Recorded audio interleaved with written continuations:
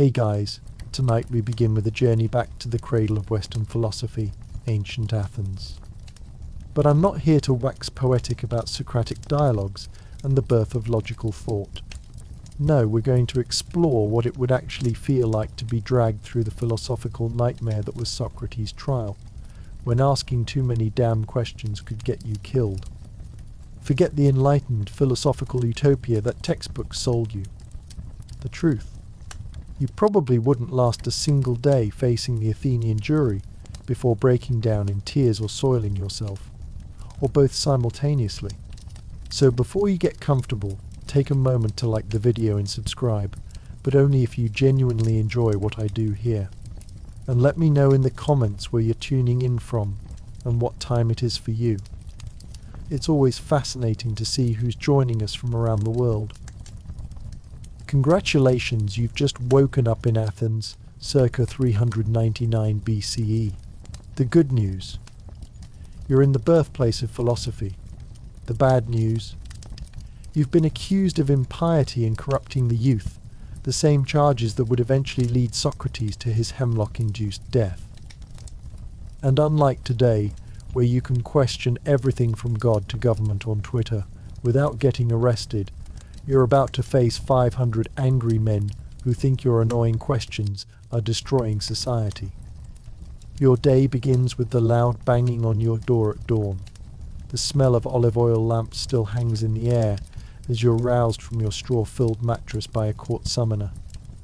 His breath reeks of last night's wine and garlic as he formally delivers your summons, shouting loud enough for all your neighbors to hear. Privacy. That's not a thing in ancient Athens, especially when you're accused of philosophical crimes. Within minutes, your entire neighborhood knows you're facing serious charges. The gossip starts before you've even had breakfast. Your first instinct might be to hire someone to help defend you, but sorry, that's not how it works in Athens. There are no professional defenders or lawyers. You represent yourself entirely. You could secretly hire a speechwriter. But if the jury suspects you've done this, they'll only hate you more for trying to use fancy words instead of speaking from the heart. Oh, and your defense speech.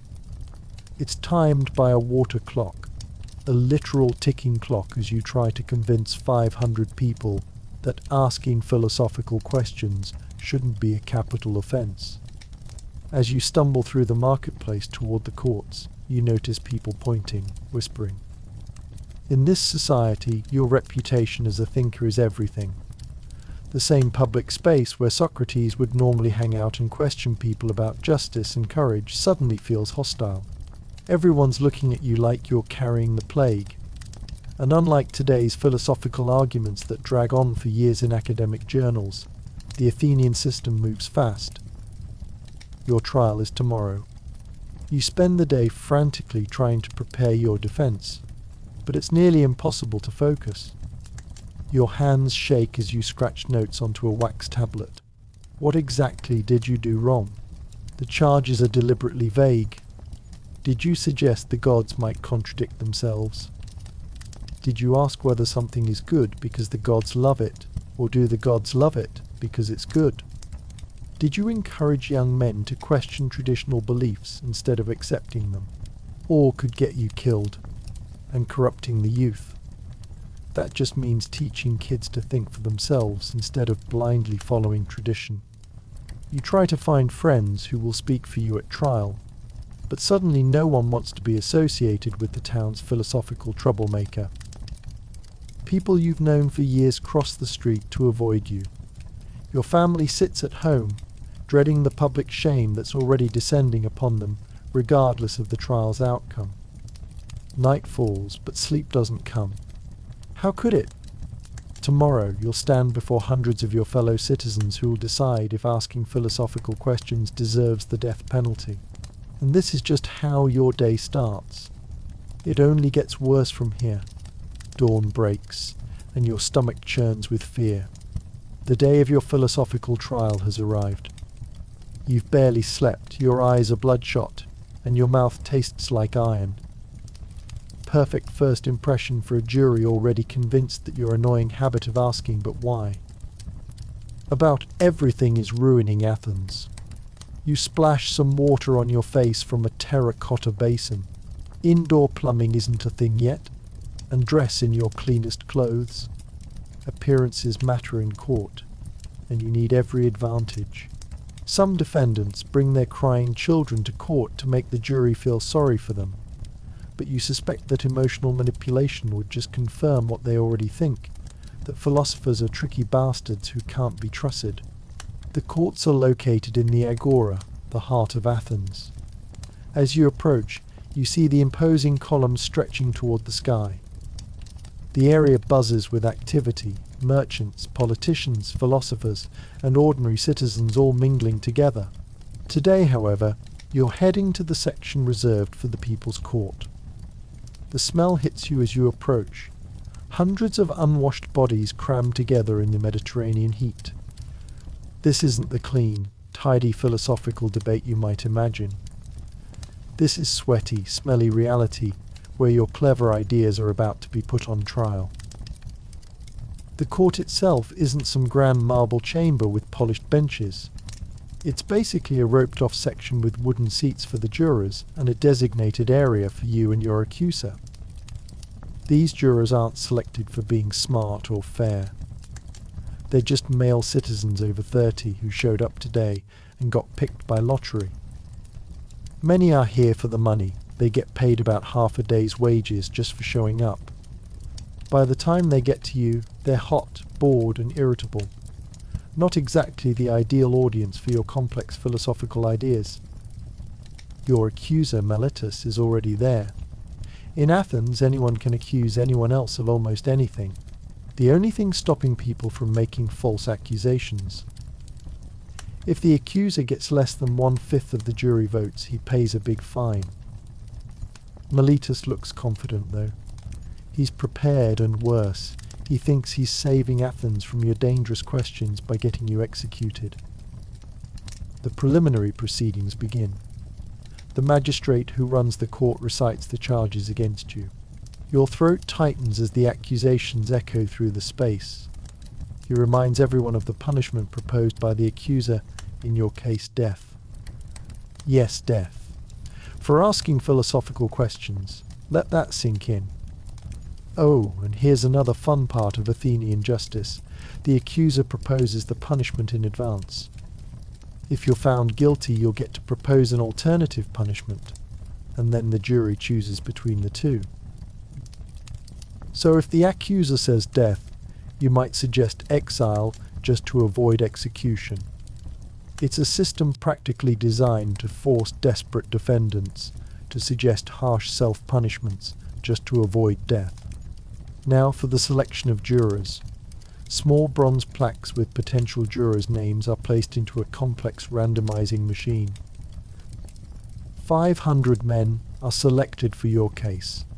That's right, 500 people will decide your fate by simple majority vote. No beyond reasonable doubt, no careful deliberation, just a straight up or down vote after hearing speeches. In Athens, truth is whatever 251 random guys say it is. Water is poured into the clepsydra, the water clock that will time each speech. You get the same amount of time as your accuser, about 3 hours. That might sound like a lot, but try explaining why philosophical questioning shouldn't be a capital offense in just 3 hours. The crowd settles in. Regular citizens are allowed to watch trials, and given your charges, it seems like half of Athens has turned up. You can hear their whispers, feel their stares. Someone nearby cracks a joke about philosophers and hemlock. You try not to vomit as you realize that philosophy in Athens isn't just theoretical, it can get you killed.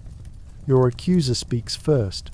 Meletus rises, clears his throat, and begins his attack. And this is just how your day starts. It only gets worse from here. Meletus speaks with the confident indignation of a true believer. His voice carries well across the open court, practiced and performative. Men of Athens, he begins, using the traditional opening but acknowledges the juror's authority. I bring before you today a man who has committed the gravest offense against our city and our gods. You notice immediately that his speech isn't focused on evidence or logical reasoning. Instead, it's an emotional appeal designed to scare the crap out of the jurors. Athens is still recovering from losing a war, surviving a plague that killed thousands, and enduring a brief but brutal dictatorship. The city is fragile, and Meletus plays on these fears masterfully, transforming your philosophical questions into an existential threat. This man, he continues, pointing dramatically in your direction, does not recognize the gods the city recognizes. Instead, he introduces new spiritual beings. The crowd murmurs. This is serious. In Athens, questioning the gods isn't just a theoretical exercise. It's seen as threatening the very foundation of society. It would be like walking into a deeply religious small town today and publicly questioning whether God exists at all. Except the consequences aren't just social ostracism, but potentially death. Meletus builds his case furthermore. He corrupts the youth with his endless questioning and undermining of traditions. This reveals what really pisses off the Athenians about philosophers like you. In their view, knowledge is supposed to be handed down from generation to generation like a family recipe. Your approach, treating everything as open to question, is like telling grandma her cooking sucks and needs improvement. It's not just offensive, they see it as destroying their way of life. The water clock drips steadily as Meletus continues tearing you apart. He doesn't need to prove specific incidents beyond reasonable doubt. He just needs to convince the jury that you're the type of person who would commit these offences. He brings up your associations with known critics of democracy, reminds everyone that some of your former students participated in a bloody coup just a few years earlier. He's painting you as a dangerous influence, someone who plants the seeds of revolution through seemingly innocent questions. You sit, unable to interrupt or object. There are no rules of evidence, no objections, no hearsay exclusions. Everything is fair game in this court. The jurors' faces grow darker as Meletus weaves his narrative. You're experiencing firsthand what happens when philosophy collides with power, and philosophy is losing badly. Meletus calls witnesses, former students who testify to your unorthodox teachings, religious officials who claim you mocked sacred rituals, neighbours who report strange activities at night in your home. Some testimonies are clearly exaggerated, others are outright lies. But without cross-examination, there's nothing you can do but listen and watch as your reputation is systematically destroyed. This is the problem with philosophy in the real world. No matter how committed you are to truth, people can just make shit up about you, and it carries equal weight with the crowd. Finally, Meletus concludes with a flourish. Men of Athens, I do not bring these charges lightly. I bring them out of duty to our city and our gods. If we allow such corruption to continue unchecked, we invite divine punishment upon all of Athens. The only suitable penalty is death. He sits down to approving murmurs from many jurors. His argument basically amounts to, this guy asks too many questions, so we should kill him before the gods get angry and kill us all. Now it's your turn. You stand on shaking legs, mouth dry as sandpaper. The water clock is refilled, and your time begins to drain away.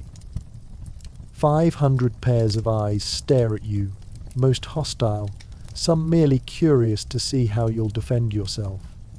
The stakes couldn't be higher, not just for your life, but for the very idea that asking questions is a good thing.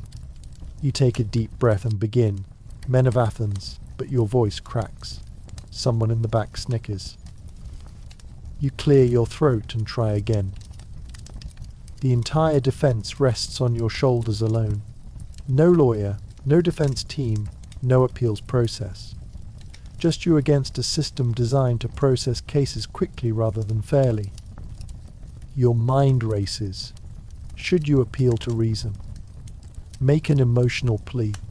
Try to debunk each accusation one by one. The water drips from the clock, each drop bringing you closer to the verdict. You glance at the audience and realize a terrible truth. Many of these jurors made up their minds before you even opened your mouth. They've already decided that your style of philosophy, constantly questioning everything, is a danger that must be eliminated. The sun beats down mercilessly as you launch into your defense, knowing that somewhere in this crowd of 500 faces, you need to find at least 251 men willing to vote for your freedom. The odds aren't in your favor, and as you begin to question the very nature of the charges against you, you see looks of annoyance spreading across the jurors' faces. They didn't come here for a philosophy seminar. They came to see justice as they understand it, swift, decisive, and deeply traditional. Your defense strategy isn't going well. You've decided to use the Socratic method, questioning the charges themselves, but this approach is backfiring spectacularly. What exactly do you mean by corrupting the youth? You ask rhetorically. If teaching young people to think for themselves is corruption, what would be proper education? Telling them to never question anything. Several jurors shift uncomfortably. Others openly scowl. They're not here to have their basic assumptions questioned. The Socratic method might work well in philosophical discussions, but in court it comes across as evasive at best, arrogant at worst. You're essentially doing exactly what you're accused of, questioning tradition, in the very process meant to judge whether such questioning should be allowed. It's like being accused of being annoying and then defending yourself by being super annoying. Not the best strategy. This reveals a fundamental problem with your situation. The legal system demands clear statements and definitive proof. Philosophy, especially your questioning approach, thrives on exploring contradictions and asking uncomfortable questions. These two approaches can't work together, especially in a setting where the legal system holds all the power. You try a different approach with the religious charges. I have always participated in the city's festivals and made appropriate sacrifices, you insist. But even as the words leave your mouth, you realize how weak this defense sounds. The issue isn't whether you went through the motions of religious rituals, but whether your philosophical questioning undermined their meaning. You've asked whether the gods can contradict themselves, whether they're really the source of morality, and other questions that strike at the heart of traditional religion. To the Athenians, this isn't abstract philosophical exploration, it's dangerous blasphemy. A fly buzzes annoyingly around your head as you speak. The heat is becoming unbearable, your clothes sticking to your sweaty back. You stumble over your words, lose your train of thought. Was that a yawn from the jury section? The water clock continues its relentless dripping, marking the countdown to judgment. Philosophy requires time and comfort for good thinking, two things you definitely don't have in this courtroom. You try appealing to your previous service to the city, your military service, taxes paid, contributions to public discussions. You bring up your family, your children who will be left fatherless if you're executed. This approach seems to soften a few faces in the jury, but others remain stone-faced. In this moment you face a terrible choice. Do you stick to your philosophical principles and continue questioning everything, or do you abandon them and beg for your life?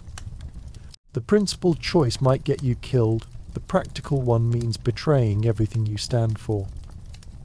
As your defense continues, you notice Miletus whispering to supporters in the crowd. They occasionally nod towards certain jurors. Is he trying to influence them somehow? There are no rules against jury tampering in Athens. The whole process is corrupt, which raises another philosophical problem. How can truth emerge from a system so easily manipulated?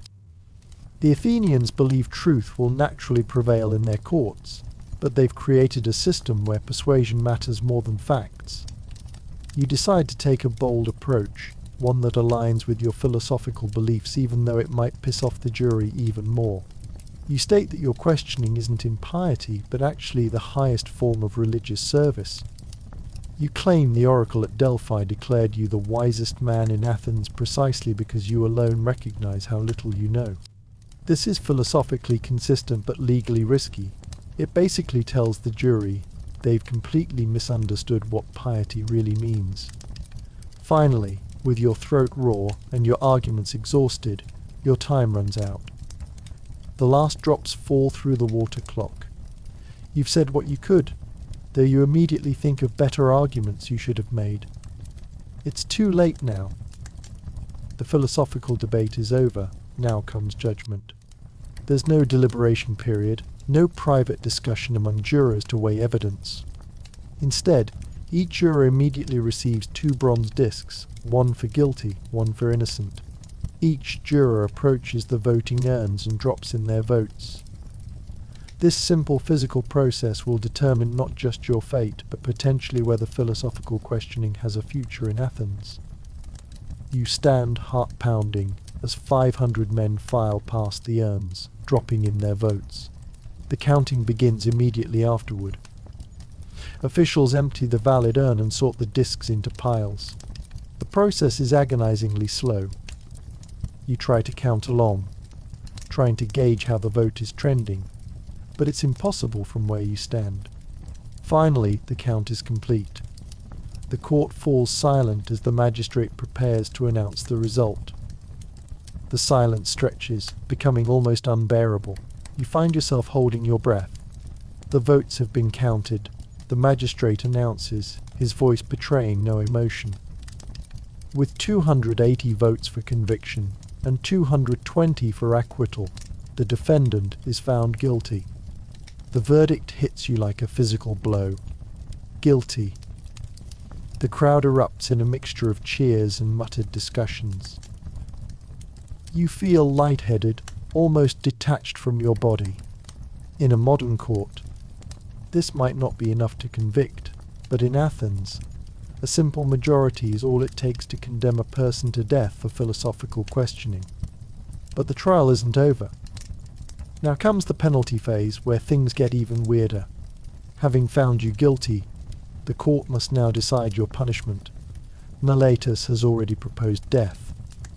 Now, according to procedure, you must propose an alternative punishment. And this is where the true psychological torture of the Athenian justice system reveals itself. The penalty phase begins immediately after the guilty verdict. There's no break, no time to process what's happening. Your mind still reeling from the conviction, you now face a bizarre choice. Propose a punishment for yourself. This isn't just a formality. It's a test of whether you acknowledge you did something wrong. Propose too light a punishment, and you insult the jury. Propose something too harsh, and you've sentenced yourself. Miletus has already suggested death, the most severe penalty available. As you stand to offer your counter-proposal, your mouth is so dry you can barely speak. What do you suggest instead? A fine. Exile. What value do you place on your own life and your philosophical mission? This moment forces you to answer one of philosophy's most basic questions. What is a life of questioning worth? This is psychological warfare. The system forces you to participate in your own punishment, to acknowledge guilt even if you maintain innocence. Many defendants, desperate to avoid execution, propose exile, leaving Athens forever, abandoning family, property and identity. But exile would also mean the end of your philosophical questioning. You'd be separated from the Athenian citizens whose beliefs you've made it your mission to examine. You make a shocking choice, one that will be remembered for thousands of years. First, you suggest that the appropriate punishment would be free meals for life in the public dining hall, an honor usually reserved for Olympic champions and war heroes. This proposal is breathtakingly ballsy. It implies that far from deserving punishment, your questioning of Athenian citizens is a valuable public service worthy of the highest honors. You hear gasps from the audience. Several jurors shake their heads in disbelief. This isn't just defiance, it's basically saying not only am I not guilty, but you should be thanking me for my service to Athens. Recognizing that this suggestion isn't going over well, you then propose a fine, 5 minae of silver, about half a year's income for a skilled craftsman. It's a significant amount that would hurt your family financially but might satisfy the juror's desire for punishment without killing you. You mention that friends in the court have agreed to help pay this sum. showing that respectable citizens still value your philosophical work. As you speak, you notice several jurors shaking their heads. Your proposal isn't landing well. It seems inadequate compared to the seriousness of the charges. In their eyes, you're still not taking your crime seriously enough. There's no remorse in your offer, no admission that you did anything wrong. Instead, there's an implied statement that your offence is worth merely money, not your freedom or life. This moment reveals a fundamental divide that can't be bridged. You can't show remorse because you genuinely believe your questioning serves the highest good. They can't accept a light punishment because they genuinely believe your questioning threatens everything they value. This isn't just a legal disagreement, but a collision between two completely different worldviews. One that values stability and tradition above all, another that values truth-seeking through questioning everything. The penalty vote proceeds just like the verdict vote. Each juror casts a ballot choosing between death, Meletus's proposal, and your fine. The counting is even more excruciating this time. Your life literally hangs in the balance, determined by which pile of bronze discs grows taller. The final tally comes: 360 votes for death, 140 for your fine. The margin is even wider than for the guilty verdict itself. Many jurors who were hesitant about your guilt have no hesitation about choosing a harsh punishment once guilt is established. The message is clear. Athens has decisively rejected not just you, but your entire philosophical approach.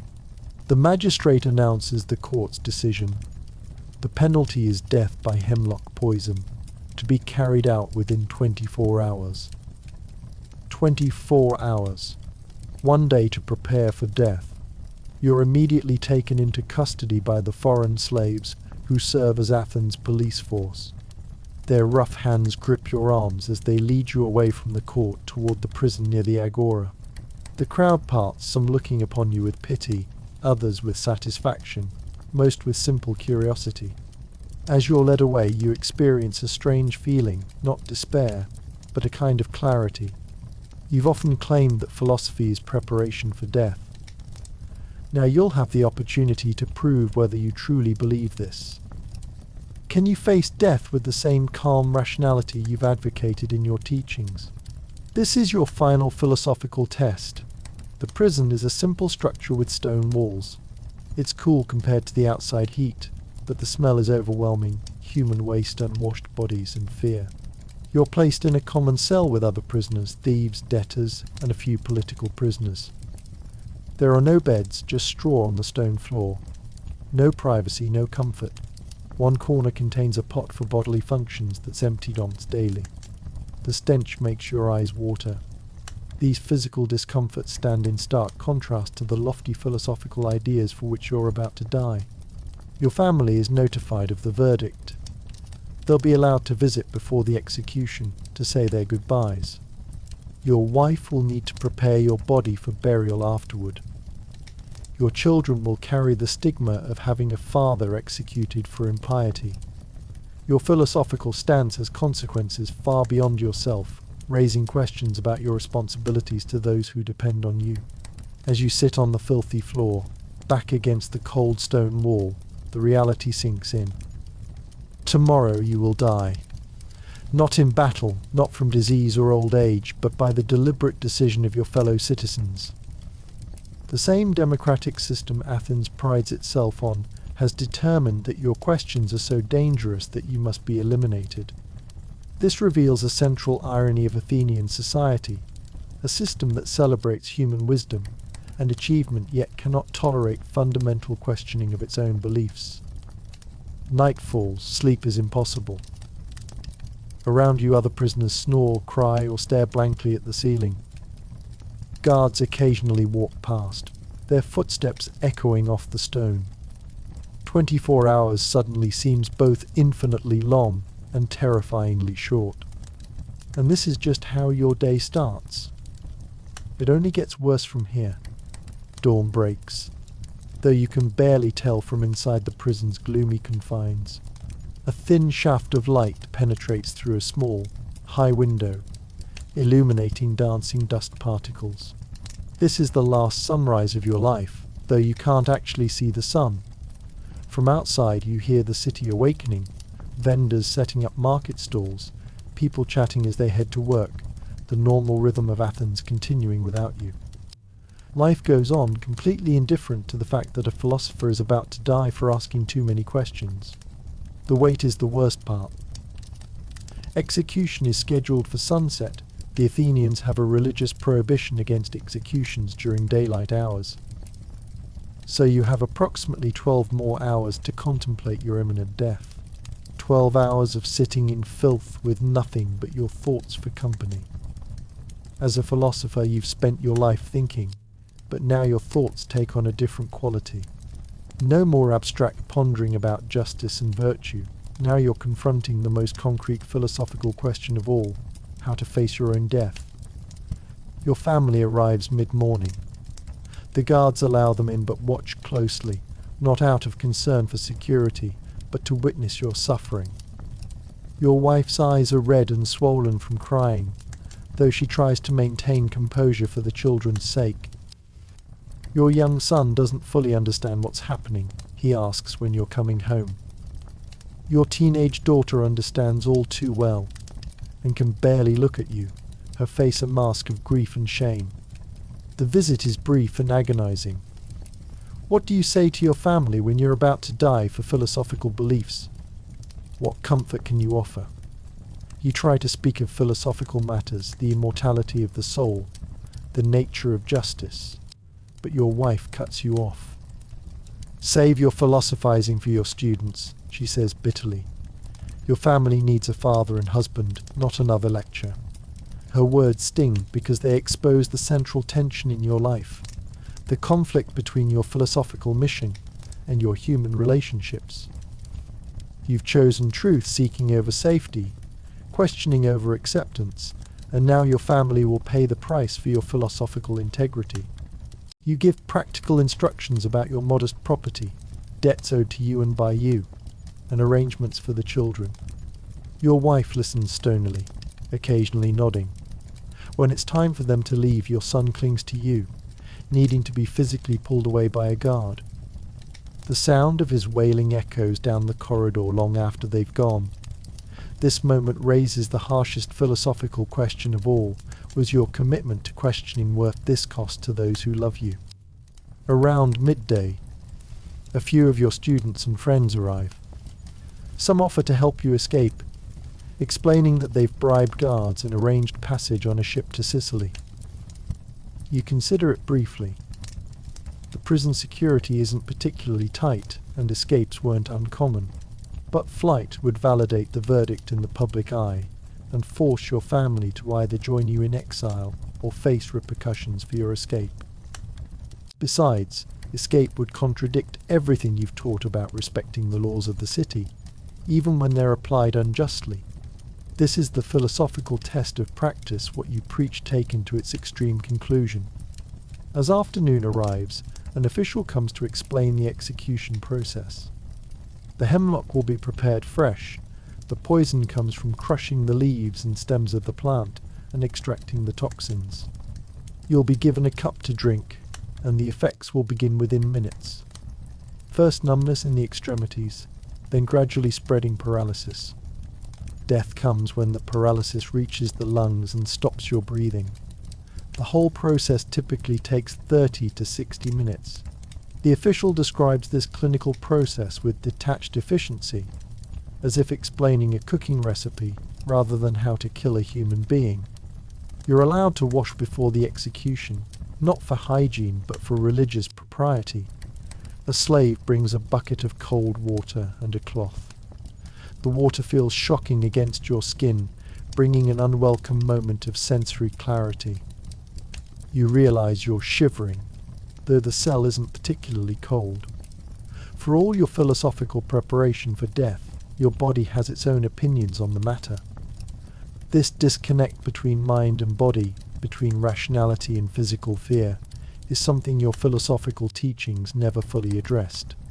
As sunset approaches, you'll move to a separate room for the execution. It's slightly more private, Only the magistrate, the executioner, approved witnesses, and any friends who wish to stay will be present.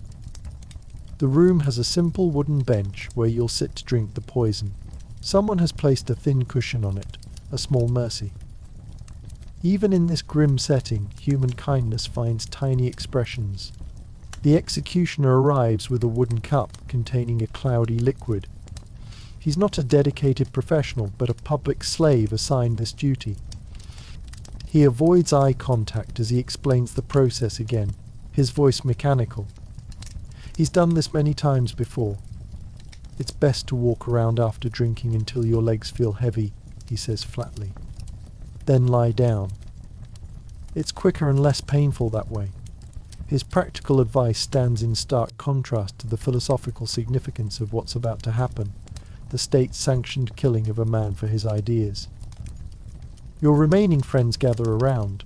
Some weep openly, others try to maintain philosophical detachment. The room grows orange with the light of the setting sun. Outside you can hear a religious procession passing by, life and its rituals continuing indifferently. This juxtaposition, your death and the continuing pulse of the city, reinforces a philosophical truth you've often taught. The individual is fleeting, but human society continues. Your ideas may outlive you, but you won't be there to see their impact. The magistrate gives a formal nod. It's time. The cup is placed in your hands. The earthenware feels cool against your skin. The liquid inside smells bitter, medicinal. Everyone watches expectantly. This is the moment of truth. Will you face death with the courage your philosophical teachings demand? You raise the cup to your lips. The bitter liquid touches your tongue, making you want to gag. You force yourself to swallow, to drain the cup completely. It tastes like bitter almonds and grass, with an underlying chemical harshness that burns your throat. In this final act, you demonstrate philosophical consistency, accepting the consequences of your choices rather than fleeing them. The question of whether it was worth it remains unanswered as the poison begins its work. The first effects of the hemlock begin within minutes. A strange tingling sensation starts in your toes and fingertips, not painful, but distinctly unnatural. Following the executioner's advice, you stand and begin walking slowly around the room. Each step feels heavier than the last, as though your feet are gradually filling with wet sand. Your friends watch in horrified fascination. One, a physician, observes your symptoms with clinical interest, occasionally asking how you feel. You try to respond philosophically, to treat this as your final teaching opportunity, but speaking becomes increasingly difficult as your tongue begins to feel thick in your mouth. This is philosophy's ultimate confrontation with physical reality. Your mind wants to continue reasoning and discussing, but your deteriorating body refuses to cooperate. The numbness creeps upward from your feet and hands, advancing toward your core. It's a peculiar sensation. You can see your limbs, but gradually lose the ability to feel them. You stumble, and two friends catch you by the elbows. They guide you back to the bench as your knees begin to buckle. In this moment, you experience a profound philosophical lesson that can't be taught through dialogue, the inevitable surrender of consciousness to physical dissolution. Your breathing remains normal for now, but a sense of panic begins to build. This is death approaching, methodically claiming territory within your own body. The human instinct for survival fights against your philosophical acceptance. No amount of reasoned thinking fully prepares one for the reality of cellular extinction. This gap between philosophical understanding and emotional experience reveals the limits of rational preparation for death, something your students will have to learn for themselves someday. By now, your legs are completely numb. You can no longer stand or even feel the bench beneath you. The paralysis continues its inexorable march upward. You can still move your arms, but your fingers have become useless appendages, foreign objects attached to your hands. One of your students holds a cup of water to your lips, but you can barely swallow. Most of it dribbles down your chin. The dignified death of a philosopher is still, ultimately, a messy biological process. Your vision remains clear, cruelly so. You can see everything, the tears in your friend's eyes, the impassive face of the magistrate, the darkening sky through the small window. Your hearing, too, is unaffected, perhaps even heightened as other senses fade. Someone in the corner is praying quietly to Athena. The executioner cleans his implements, the metal scraping against wood in rhythmic, practical motions. He's already thinking about his next task. Your philosophical significance means nothing to him.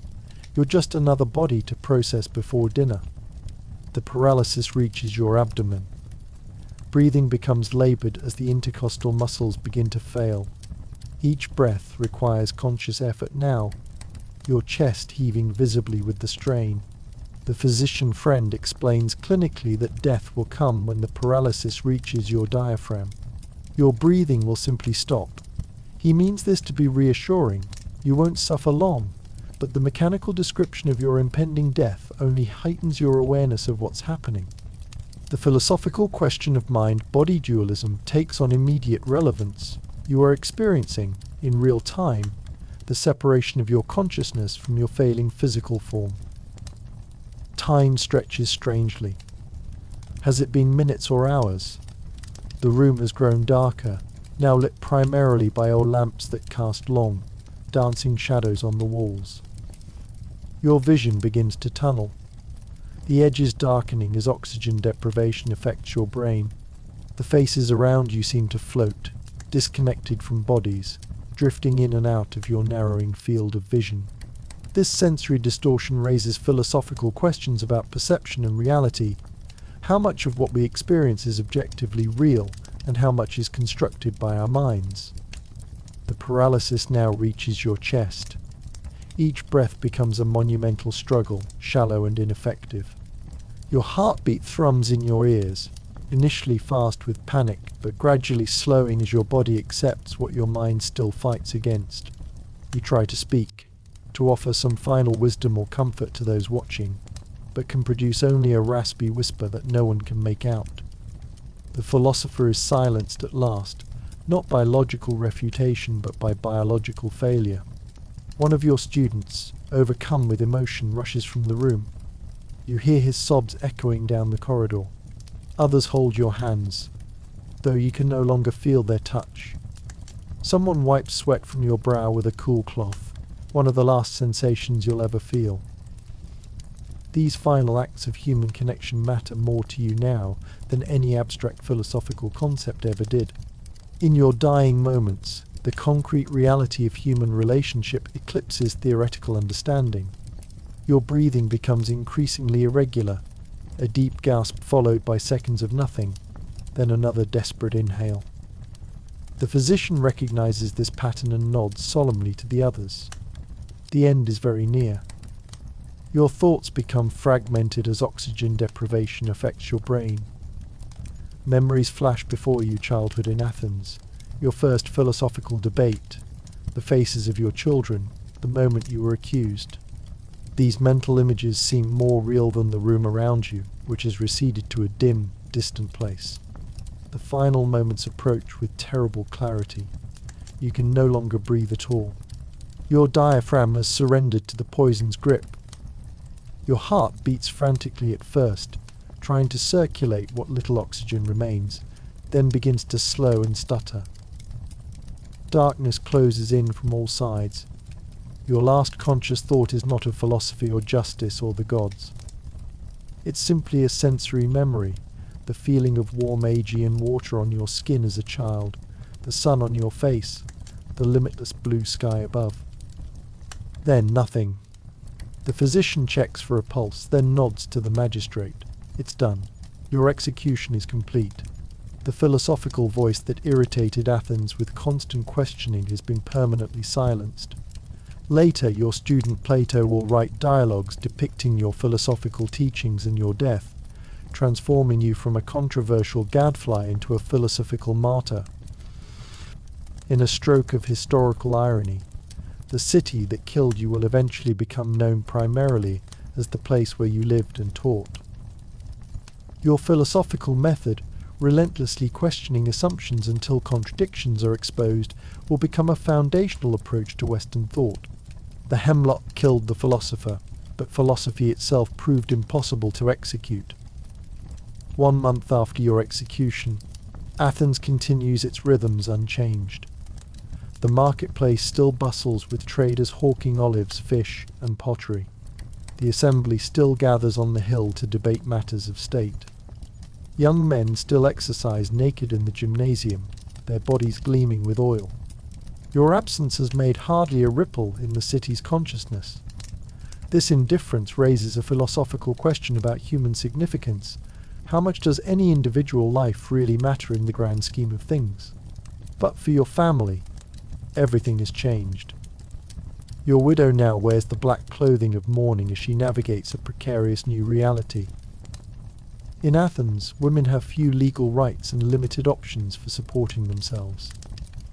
With you gone, she must rely on male relatives or her adult son if she has one. If not, her future is uncertain.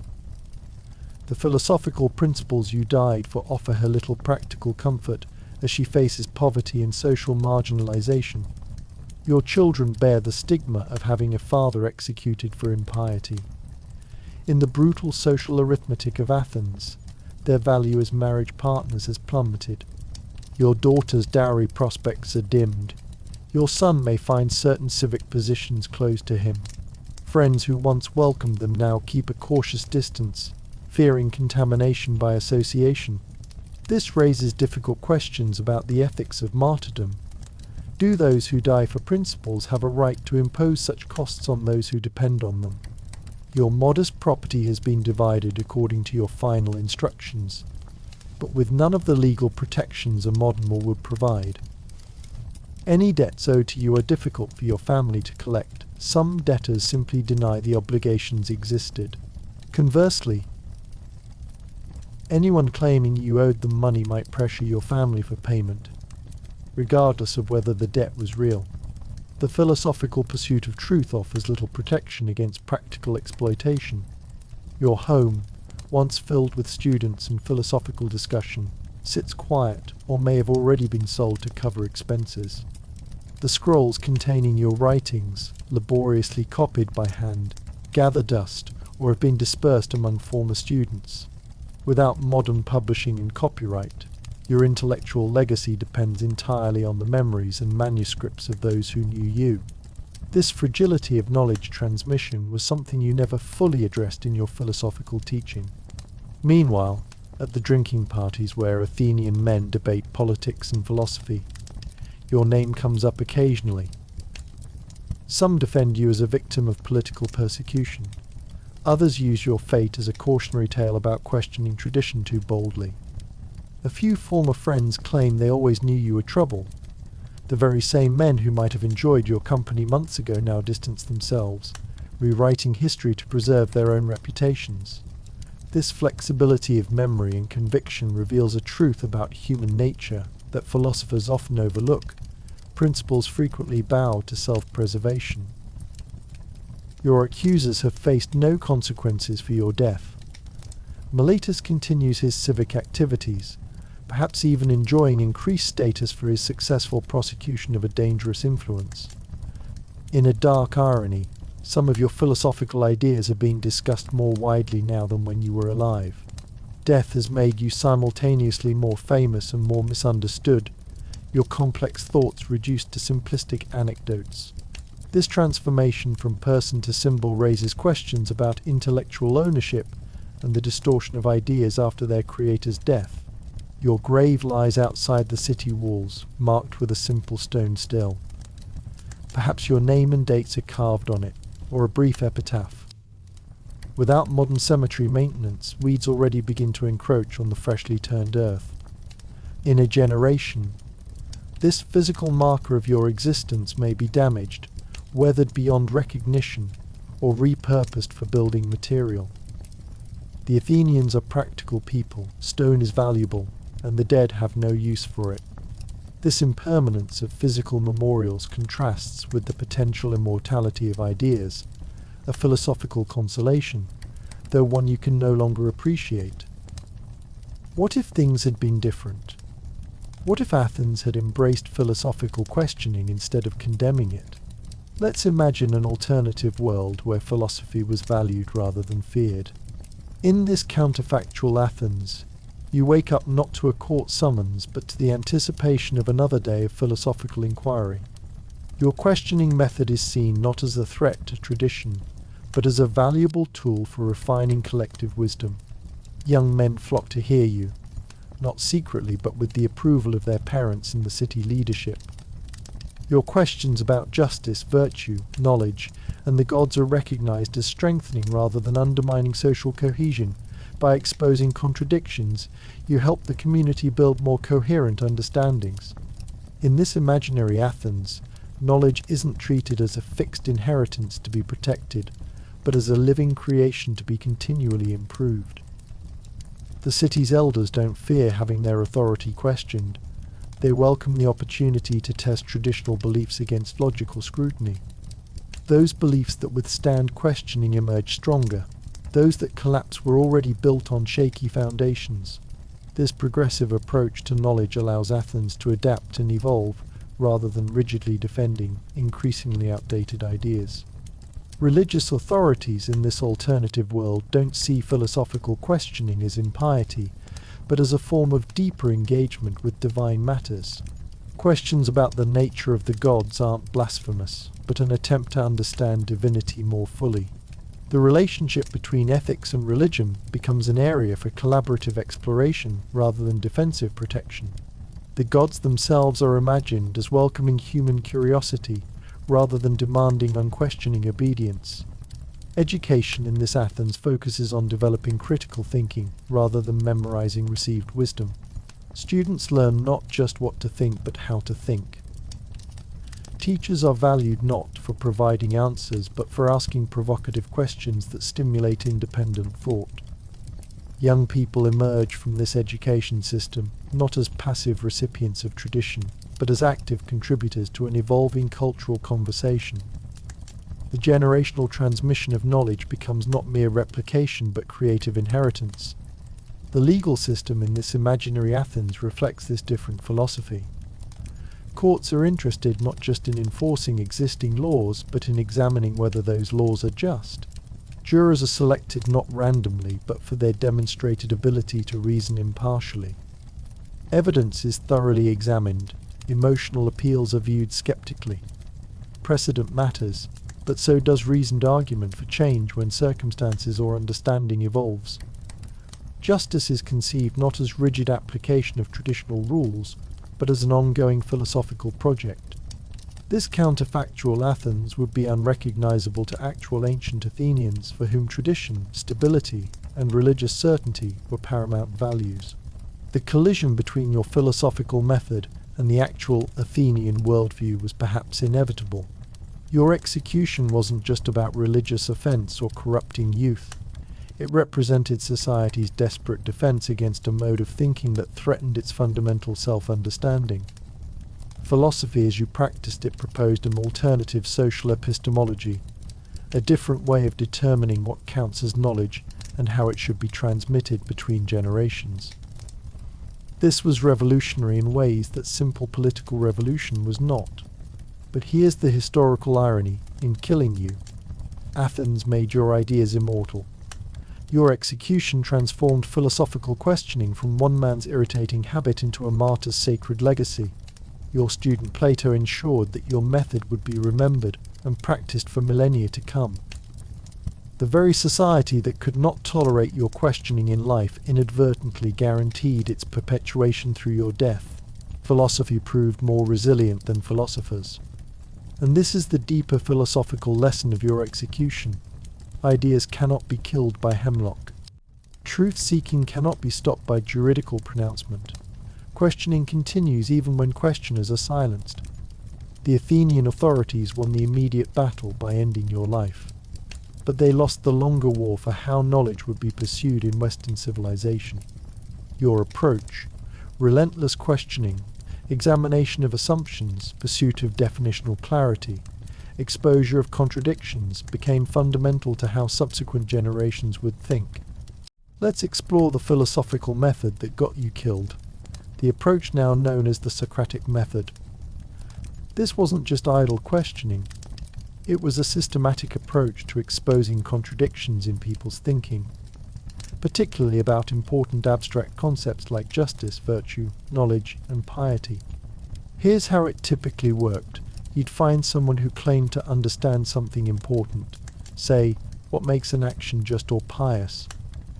An eager young politician might confidently declare, justice is giving people what they deserve. Instead of directly challenging this definition, you'd initially express admiration for their wisdom and ask for clarification, seemingly out of a genuine desire to learn. That's fascinating. I've always struggled to understand justice. So justice is giving people what they deserve, but how do we determine what someone deserves?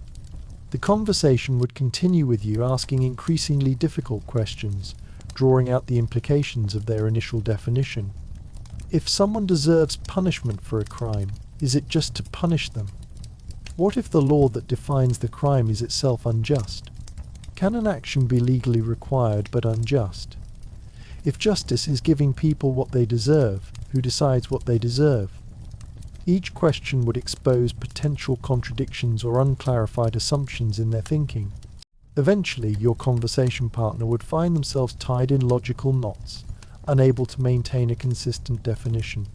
Their initial confidence would collapse into confusion, and often irritation. This moment when someone realized they didn't actually know what they thought they knew was crucial to your method. You called it aporia, a state of helpful perplexity. It cleared away false certainty, creating space for genuine inquiry. What made this method so threatening to Athens? First, it publicly humiliated powerful people.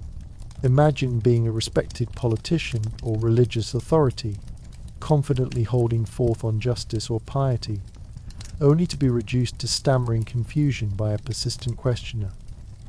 Your method didn't just challenge ideas, it challenged the authority of those who claimed special knowledge. In status-conscious Athens, this public loss of face was unforgivable. Second, your questioning didn't offer replacement certainties for the beliefs it destroyed. You claimed to be as ignorant as anyone else, just more aware of your ignorance.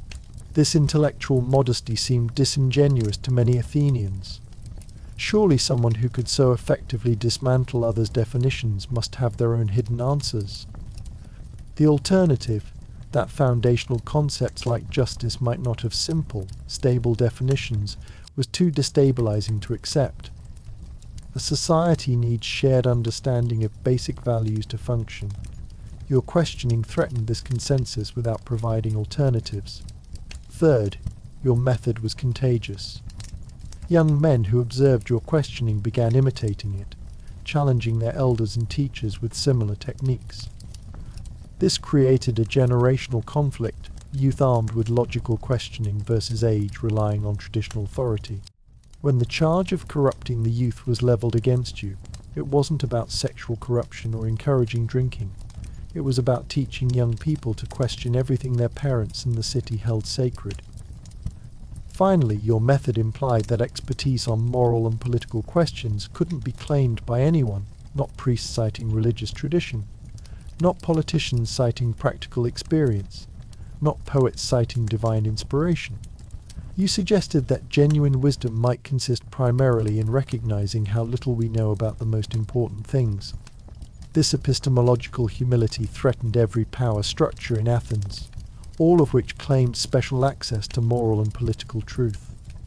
The irony is that your method wasn't designed to destroy beliefs, but to refine them. You genuinely wanted to understand justice, courage, piety, and knowledge. Your questioning was meant to clear away flimsy definitions and inconsistent thinking to reveal more solid understanding. But this constructive intent was overshadowed by the destructive experience of having one's cherished beliefs systematically dismantled in public. In modern philosophy, your method has been formalized and sterilized. Law schools teach a version that helps students sharpen their thinking about legal concepts. Philosophy classes use it to introduce logical analysis, but these adaptations miss the radical, discomforting power of your original approach. You weren't conducting academic exercises, you were challenging the foundations of social and political authority, suggesting that traditional answers to the most important human questions might be fundamentally inadequate. This brings us to a central philosophical question your trial raises. What is the proper relationship between philosophical questioning and social stability? Every functioning society requires some level of consensus about basic values and concepts. Too much questioning can paralyze collective action and undermine social cohesion. Too little questioning leaves a society vulnerable to injustice, stagnation, and collective delusion. Where should the balance be struck? Athens clearly felt you had pushed questioning too far, threatening necessary social agreements. From their perspective, philosophical inquiry had become a societal malignancy requiring excision. From your perspective, questioning was a necessary medicine for a society suffering from complacent ignorance disguised as knowledge. This tension between the social need for stable shared understanding and the intellectual need for critical examination remains unresolved in modern societies. Another philosophical question your execution raises: does truth-seeking have inherent moral value that outweighs its potential social costs? You clearly believed it does, that living an examined life was worth dying for.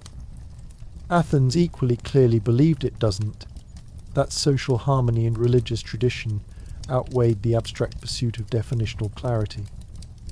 This disagreement reflects fundamentally different value systems, one prioritizing intellectual integrity, the other social cohesion. The conflict between you and Athens also highlights questions about generational transmission of knowledge. Every society must decide how much of its accumulated wisdom should be passed unchanged to the next generation, and how much should be open to revision. Conservative societies emphasize faithful transmission of tradition. Progressive ones emphasize critical re-evaluation. Your questioning method proposed a radical form of the latter, suggesting that each generation should rebuild knowledge from first principles rather than accepting inherited certainties. Perhaps most profoundly, your trial raises questions about the limits of human rationality itself. Your method assumed that logical consistency should be our primary standard for evaluating beliefs about justice, virtue, and other foundational concepts. But what if these concepts inherently resist logical systematization? What if they function more like family resemblances or fuzzy sets than precise definitions? What if trying to achieve perfect logical consistency in our moral and political thinking is itself a kind of category error? Athens might be seen as intuitively defending a view that some philosophers later developed more explicitly, that tradition, emotion, practical wisdom, social consensus, and other non-logical factors have legitimate roles in forming our understanding of foundational concepts. Your execution wasn't just society squelching uncomfortable questions, it reflected a deeper epistemological disagreement about whether logical analysis is the appropriate tool for approaching the most important human questions. This philosophical tension between logical consistency and other forms of understanding continues today. Contemporary philosophers still debate whether concepts like justice, knowledge, virtue, or consciousness can be captured in logically precise definitions, or whether these concepts inherently exceed such systematization. Your execution wasn't just a historical injustice, it marked the beginning of a philosophical divide that remains unresolved. And this is just how your day starts when contemplating the philosophical method that got Socrates killed. It only gets worse from here. Your execution also raises profound questions about the relationship between the individual and the state. As your student Plato will later recount in the dialogue Crito, you refused opportunities to escape from prison, arguing that you had implicitly agreed to abide by Athens' laws by choosing to live there as an adult citizen. This position, that citizens have a duty to obey even unjust laws if properly enacted, seems to contradict your career of questioning authority. This apparent contradiction reveals the complexity of your political philosophy. You weren't an anarchist advocating the overthrow of all authority. Instead, you occupied a difficult middle position. Citizens should critically examine their society's laws and values, openly question problematic aspects, but ultimately accept the legal consequences of their dissent. You recognized both the necessity of social order and the imperative of critical examination, and when these values conflicted, you accepted the tragic consequences without abandoning either principle. This balanced position satisfied neither Athens, which wanted unquestioning acceptance of tradition, nor revolutionaries, who would justify escaping unjust punishment. It represents a sophisticated understanding that societies need both stability and self-examination, both respect for law and willingness to question it.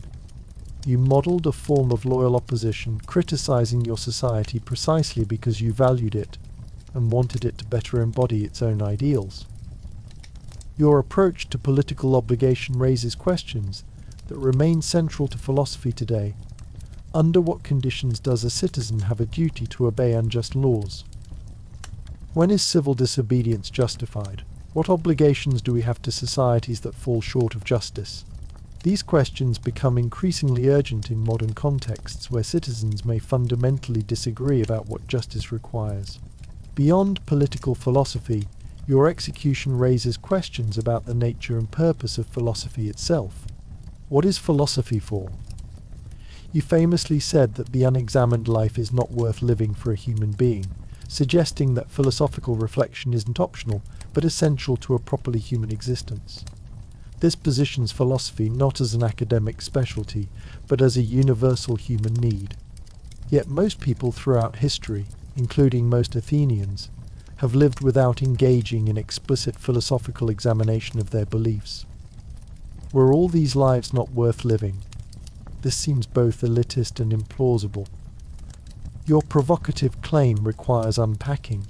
Perhaps you meant not that unexamined lives have no value, but that they fall short of fully realizing human potential for self-awareness and intentional choice. This raises questions about philosophy's relationship to everyday life. Is philosophical examination something everyone should engage in, or is it properly the domain of specialists? Should philosophical questioning be integrated into ordinary existence, or segregated into academic contexts where it poses less threat to social stability? Should philosophy primarily serve practical wisdom for living well, or pursue truth regardless of its practical implications? The contrast between your approach to philosophy and that of the sophists, professional teachers of rhetoric and argument in Athens, highlights these questions. Sophists taught practical skills for success in politics and law. They promised tangible benefits like persuasive ability and winning arguments. You rejected payment and focused on questions that often had no practical application. You sought truth rather than utility, even when truth-seeking undermined your students' confidence and capabilities. This distinction between philosophy as pursuit of useful skills versus pursuit of truth regardless of utility remains relevant today. Universities increasingly justify philosophy education in terms of transferable critical thinking skills valuable in various careers. But this instrumental approach differs fundamentally from your vision of philosophy as essential self-examination regardless of practical benefit. Your execution might be seen as the first fatality in an ongoing tension between philosophical truth-seeking and social utility. Your death also raises profound questions about the nature of philosophical martyrdom. You could have avoided execution by proposing exile as your alternative punishment, or by agreeing to stop philosophical questioning. Instead, you chose death over compromising your philosophical practice. Was this admirable commitment to principle or stubborn rejection of reasonable compromise? Does philosophical integrity sometimes require acceptance of death, or is martyrdom an unnecessary glorification of abstract principle over concrete human relationships? These questions become particularly pointed when we consider your family.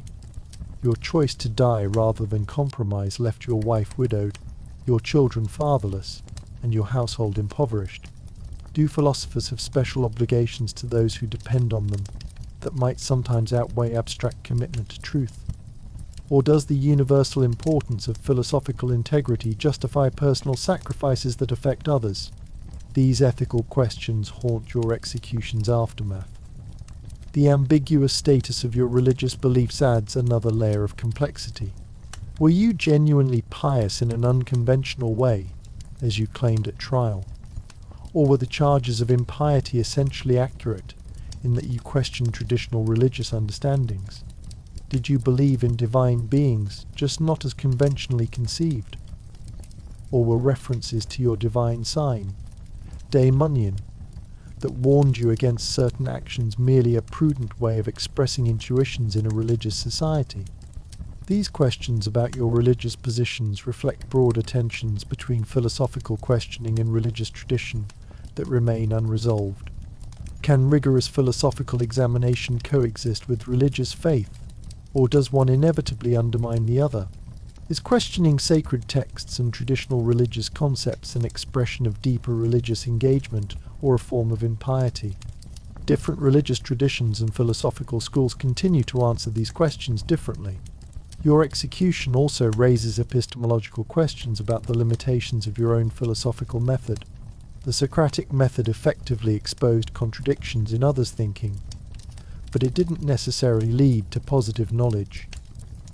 You claim to know only that you didn't know, a position of radical epistemic humility. But is this sustainable? Can human societies function with this level of acknowledged ignorance about foundational concepts like justice, virtue, and piety? Your student Plato will eventually reject your purely questioning approach, developing elaborate positive theories about forms, knowledge, and political organization. Later philosophers will likewise find your skeptical questioning insufficient, developing systematic accounts of ethics, metaphysics, and epistemology. Your execution might be seen as revealing the limitations of purely negative philosophy. Questioning alone created a vacuum that others rushed to fill with new certainties. Modern versions of your philosophical approach often appear in critical theories that question established power structures and expose contradictions in dominant ideologies. Like your method, these approaches are more effective at dismantling problematic thinking than building alternatives. Like you, their practitioners often face institutional resistance ranging from exclusion to persecution. The tension between critical questioning and constructive theory building remains unresolved in contemporary philosophy. Perhaps the most profound philosophical question raised by your execution is whether rational dialogue can ultimately resolve fundamental value disagreements. Your method assumed that continued questioning and examination would lead toward truth and mutual understanding. But your trial demonstrates that when values and worldviews fundamentally conflict, rational argument may not lead to consensus. Athens didn't execute you because they misunderstood your position. They understood it all too well and rejected its premises about the relationship between questioning and social good. This raises discomforting possibilities about the limits of philosophical dialogue itself. If shared commitment to rational examination isn't universal, if some groups fundamentally value tradition, stability, or religious certainty over critical questioning, then philosophical dialogue across these differences may be impossible. Different communities might operate with incommensurable standards for evaluating claims about justice, knowledge, or piety, making genuine communication impossible. Your execution thus raises the spectre of relativism, the possibility that fundamental values might differ between communities in ways that cannot be rationally adjudicated. This challenges philosophy's traditional aspiration to discover universal truths through rational inquiry. If Athens was simply operating with a different but internally coherent value system that prioritized stability and tradition over critical examination, what rational grounds exist for claiming your approach was superior? These questions about relativism, rational communication across fundamental value differences, and the limits of philosophical dialogue remain central to contemporary discussions. Your death marked not just the execution of a particular philosopher, but the beginning of ongoing tensions between critical questioning and social cohesion, between philosophical integrity and practical compromise, between rational dialogue and incommensurable values. In dying for philosophy, you immortalize these tensions. Beyond getting you killed, your philosophical approach raised fundamental questions about how we understand knowledge itself. For most Athenians, knowledge was something you possessed, like a jug full of information that got passed down from generation to generation. Their view was basically, my dad told me the gods work this way, his dad told him the same thing, and we're not going to mess with what works. You came along with a completely different approach. For you, knowledge wasn't something you could possess like an object. It was more like an ongoing activity, something you do rather than something you have. This is why you were always so annoying with your questions. You weren't trying to fill your students' heads with facts. You were trying to teach them how to think. This difference might seem academic, but it had huge practical implications. If knowledge is something passed down from authorities, then questioning those authorities is dangerous and stupid, like deliberately poking holes in the water jug that sustains your community. But if knowledge is an activity of critical examination, then questioning isn't destructive but essential. You can't do knowledge without constantly asking why. And how do we know that? And what exactly do we mean when we say this? The Athenians saw you as intellectual vandalism personified. You were the guy running around knocking precious knowledge jugs out of people's hands and watching them shatter on the ground. From their perspective, you weren't creating anything useful to replace what you destroyed. You just left people confused and uncertain about basic stuff they needed to know to function in society. From your perspective, of course, this destruction was necessary medicine. People were walking around thinking they knew things when they really didn't. They had word containers, terms like justice, courage, and piety, but when pressed, they couldn't explain what these words actually meant in a consistent way. You saw yourself as performing a public service by pointing this out, like a doctor diagnosing an illness nobody knew they had. This fundamental disagreement about what knowledge is and how it works underlies everything else about your case. The Athenians weren't just being stubborn or afraid of new ideas. They were defending a completely different understanding of how humans should relate to truth and tradition. For them, stable shared beliefs were the foundation of everything else: religious practice, legal decisions, family life, military discipline. Your approach threatened to dissolve this foundation. What makes this conflict so fascinating is that both sides had legitimate points. The Athenians were right that societies need shared understandings to function. If everyone is constantly questioning basic concepts like justice or religious obligation, how can a community make decisions or maintain traditions? Your approach, applied universally, might lead to a kind of paralysis where nothing is stable enough to build upon. But you are also right that unexamined beliefs frequently contain contradictions and confusions that can lead to bad decisions and injustice. Without critical questioning, societies can perpetuate harmful practices indefinitely, justifying them with "that's how we've always done things." Your approach provided a crucial corrective to the dangers of unthinking traditionalism. This tension between stability and questioning remains unresolved in modern societies. We still struggle to balance the need for shared understandings with the importance of critical examination. Universities are supposed to be places where everything can be questioned, but even they have boundaries around acceptable inquiry. Some questions are still considered too destabilizing or offensive to entertain in public discourse. Your approach to knowledge also raised profound questions about expertise. The Athenians had various types of recognized experts: military leaders, craftsmen, priests, poets. Each claimed special knowledge in their domain, often attributed to divine inspiration or inherited tradition. You systematically challenged these claims to expertise by showing that alleged experts couldn't articulate clear, consistent accounts of their own fields. This democratic aspect of your philosophy was both appealing and threatening. On one hand, you suggested that ordinary people could engage in philosophical questioning. Critical thinking wasn't just for special elites. On the other hand, you undermined traditional sources of authority by suggesting that nobody really qualified as an expert on the most important human questions. This leveling tendency made powerful people extremely uncomfortable. Your skepticism about expertise connects to deeper questions about human wisdom. You famously claimed that the oracle at Delphi declared you the wisest person in Athens not because you knew so much, but because you alone recognized how little you knew.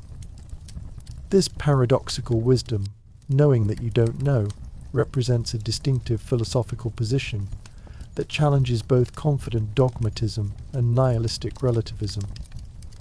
This position, sometimes called Socratic ignorance, isn't the same as general skepticism or claiming all opinions are equally valid. It's a disciplined intellectual humility based on recognizing the limitations of human understanding, especially regarding abstract concepts. You didn't claim that knowledge was impossible, just that it was much harder to achieve than most people recognized, requiring constant questioning and refinement of definitions.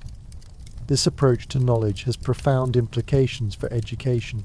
If wisdom begins with recognizing ignorance, then education shouldn't primarily fill students with information, but should help them recognize the limits and contradictions in their existing understanding. Learning starts not with accumulating new facts, but with disturbing comfortable certainties, creating the uncomfortable state of aporia, confusion, that motivates genuine inquiry.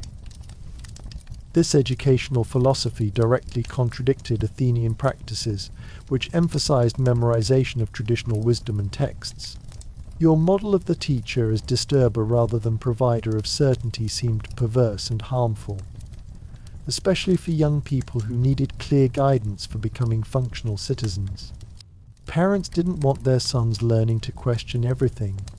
They wanted them learning how to succeed within existing social structures. Your distinctive approach to knowledge also informed your famous refusal to write philosophical texts.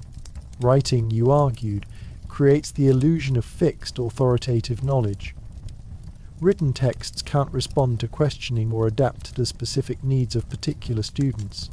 They encourage passive reception rather than active engagement. True philosophy happens in live dialogue, where ideas can be immediately challenged and refined. This skepticism about writing is ironic given that we know about your ideas primarily through your student Plato's written dialogues.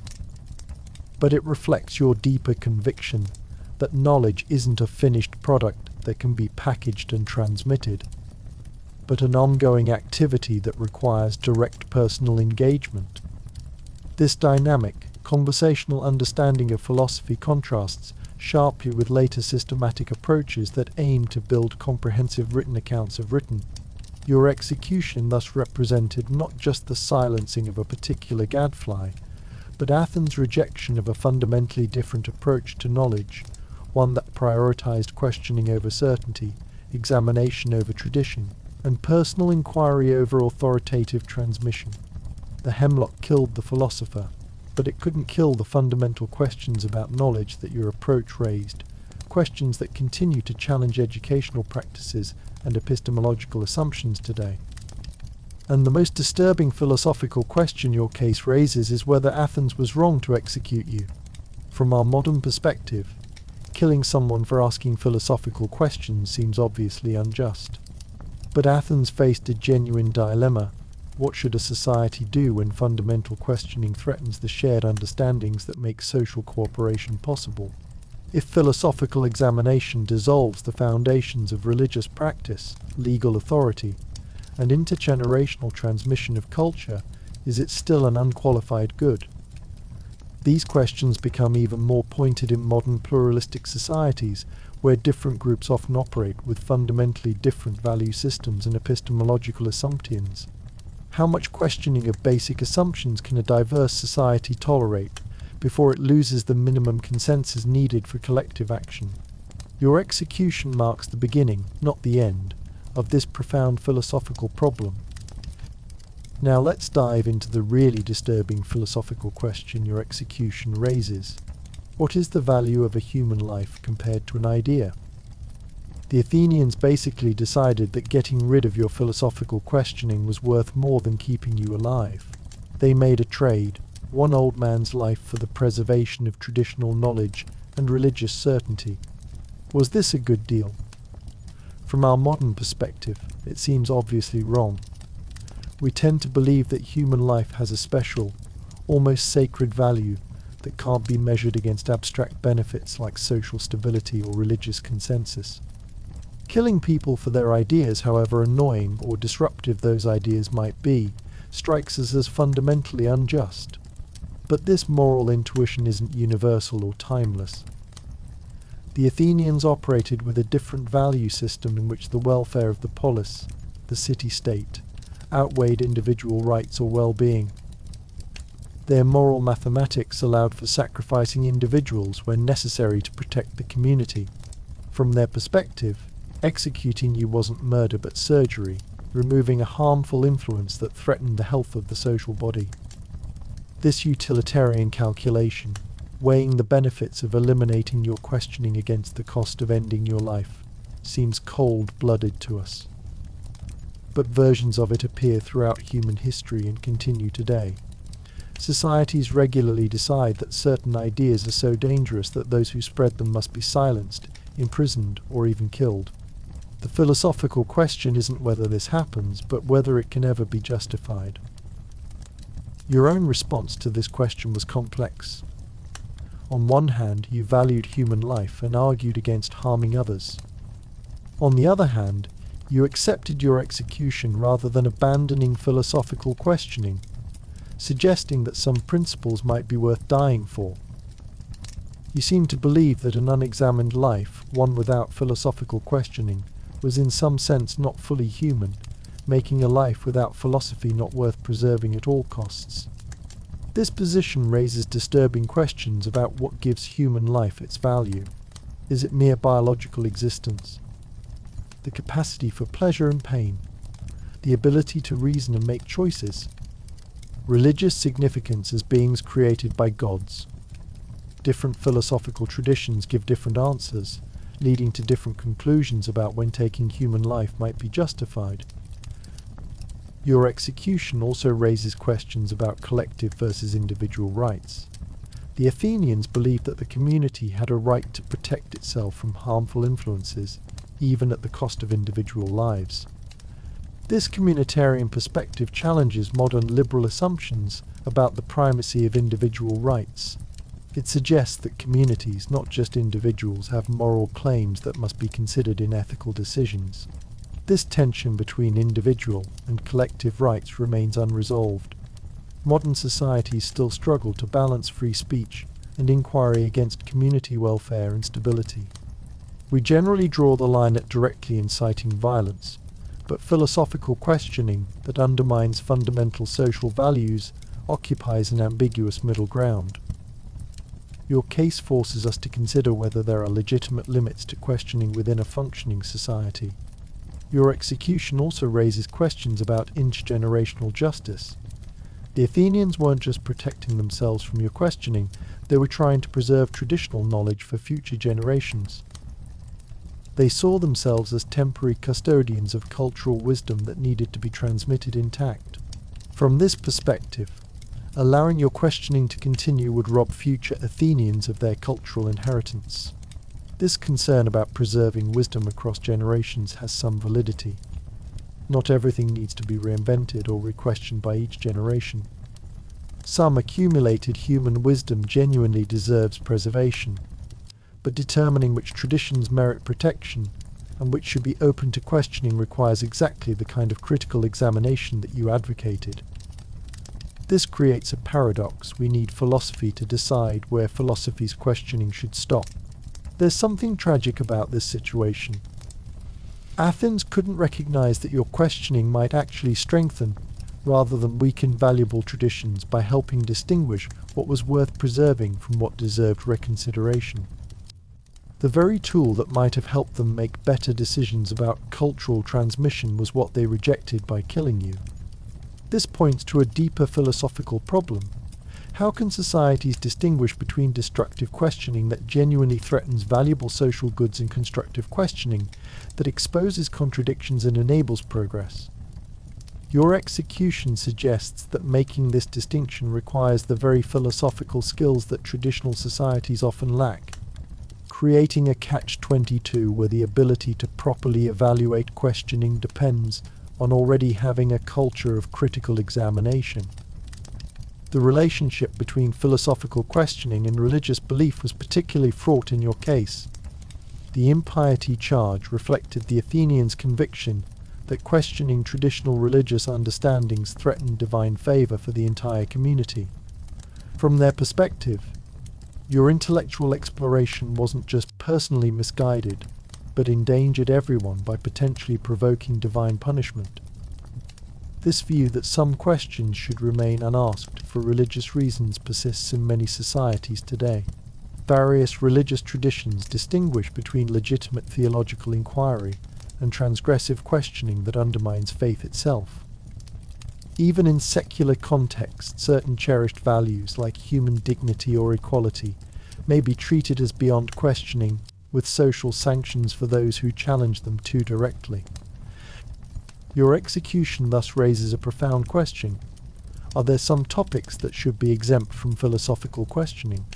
If questioning undermines values or beliefs that are necessary for social functioning or human flourishing, is it still an unqualified good? This question has no simple answer, as both uncritical acceptance and unlimited questioning carry serious risks. The issue becomes even more complex when we consider power dynamics. In Athens, traditional religious and political authorities had a vested interest in limiting questioning that threatened their status. Their defense of tradition wasn't politically neutral, but served existing power structures. This suggests that restrictions on philosophical questioning often reflect not just concern for social welfare, but efforts to maintain privilege and authority. Your case thus connects to broader questions about the relationship between philosophy and power. Critical questioning inevitably challenges existing authorities by exposing contradictions in their claims to special knowledge. Those authorities naturally resist, often framing philosophical questioning as dangerous rather than liberating. This pattern recurs throughout history, with philosophical questioners frequently facing persecution from threatened power structures. This political dimension complicates ethical evaluation of your execution. If restrictions on questioning primarily serve to protect privilege rather than genuine social goods, they become much harder to justify. But disentangling legitimate concern for social cohesion from self-interested defense of power requires exactly the kind of critical examination that gets philosophers in trouble in the first place. The disturbing possibility your execution raises is that there might be no stable resolution to the tension between questioning and tradition, between individual intellectual freedom and community welfare, between philosophy and power. Different societies at different times will draw the boundary in different places, with none achieving a perfect balance. Philosophy will always disturb, authority will always resist, and individuals like you will sometimes pay the ultimate price in this ongoing conflict. And this is just how your day starts when confronting the philosophical implications of being executed for asking too many questions. It only gets worse from here. Your death also raises profound questions about the relationship between philosophy and everyday life. During your trial, you supposedly uttered one of philosophy's most famous lines: "The unexamined life is not worth living." But what exactly does this mean? And is it actually true? On one level, you are making a statement about human nature, that critical self-reflection is an essential part of being fully human. We're not just creatures who eat, sleep, work, and reproduce. We have the unique capacity to step back and question our beliefs, values, and choices. To not use this capacity is to live below our potential, more like animals than fully realized humans. But this view raises uncomfortable questions. Throughout history, most people have lived without engaging in explicit philosophical examination of their beliefs. Farmers, craftspeople, merchants, and labourers generally accepted traditional wisdom and focused on practical concerns rather than abstract questioning. Were all these lives not worth living? This seems both elitist and implausible. Perhaps you meant something more nuanced, not that unexamined lives have zero value, but that they're missing something important. Like saying a life without music or love isn't fully complete. You weren't condemning ordinary people so much as advocating for a dimension of experience you found essential. But even this more charitable interpretation raises questions about philosophical hubris. Who gets to decide what makes a life worth living or complete? Different cultures and individuals value different things. Some prioritize devotion, others practical accomplishment, others artistic creation. Philosophical questioning is just one human good among many. Elevating it above all others reflects a particular intellectual bias. This connects to questions about whether philosophy should be an everyday practice or a specialized activity. You conducted your questioning in public spaces, the marketplace, the gymnasium, suggesting philosophy belongs in daily life. But most people don't have time for extended philosophical dialogue while managing farms, raising children, or crafting goods. Is philosophical examination something everyone should engage in, or properly the domain of those with leisure and education? Modern society has largely answered this question by professionalizing philosophy, relegating it to universities and academic journals, where specialists can pursue questions with limited impact on everyday life. This containment strategy prevents philosophy from disturbing social foundations while preserving space for questioning within controlled boundaries. But it contradicts your vision of philosophy as essential to ordinary human flourishing. This tension between philosophy as everyday practice versus specialized activity reflects broader questions about philosophy's purpose. Is philosophy primarily about pursuing truth regardless of practical consequences, or should it serve human flourishing by providing practical wisdom for living well? Different philosophical traditions answer these questions differently, with some emphasizing theoretical understanding and others practical guidance. Your own approach combined these concerns. You asked theoretical questions about definitions and concepts, but always with an eye toward their implications for how we should live. Justice wasn't just an abstract concept to be analyzed, but a standard that should guide actual decisions. Knowledge wasn't just a theoretical problem, but the basis for practical wisdom. Your questioning aimed at both understanding and living better. This integration of theoretical and practical concerns contrasts with later developments in Western philosophy, where theory often became disconnected from everyday life. Professional philosophers frequently pursue technical questions with little apparent relevance to ordinary human concerns. This specialization has produced remarkable intellectual achievements, but at the cost of philosophy's broader cultural relevance. Your execution thus raises questions about what was lost when philosophy became an academic specialty rather than a way of life. The Athenians feared philosophical questioning precisely because it had real consequences for how people lived. Modern academic philosophy, safely contained within institutional boundaries, rarely provokes similar concern. Has philosophy gained precision and rigor at the cost of its power to transform lives? These questions about philosophy's relationship to everyday life connect to broader issues about theory versus practice. The Athenians were practical people, concerned with maintaining a functioning society rather than achieving perfect conceptual clarity. From their perspective, your theoretical questions about definitions created practical problems without offering useful solutions.